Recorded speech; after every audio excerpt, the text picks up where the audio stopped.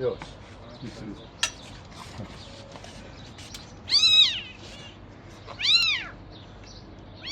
Recep destek, Recep destek. Destek. Kolun içine koy bırak. Kolun içine koy. Kolun içine. Bir dakika da. Bir dakika da. Bir dakika da. O yan taraftan çıkar ki. Çıkartmayabilirsin. Yan tarafı. Bir dakika gevşetmeyin. Bir şuradan şimdi. Dur ben kapatacağım.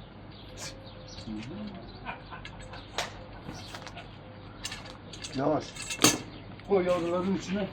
Ha burası açık. Buradan kaçacak ha. Abi, Abi çıkar oradan. ben kolibanla getireyim. Dur. Koli Bir bandı dakika, bir getir. dakika, bir dakika.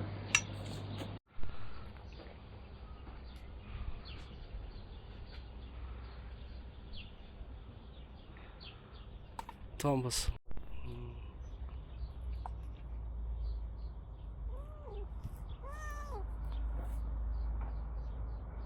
나이트 편안하고.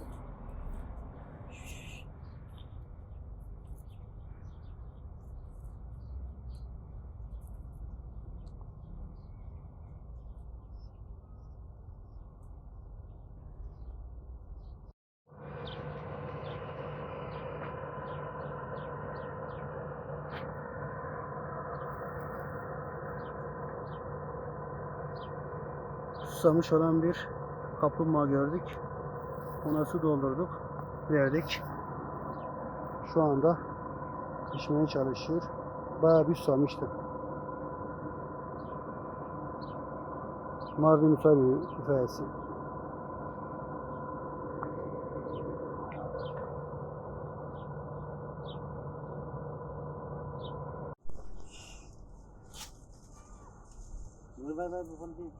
Ya burada gel.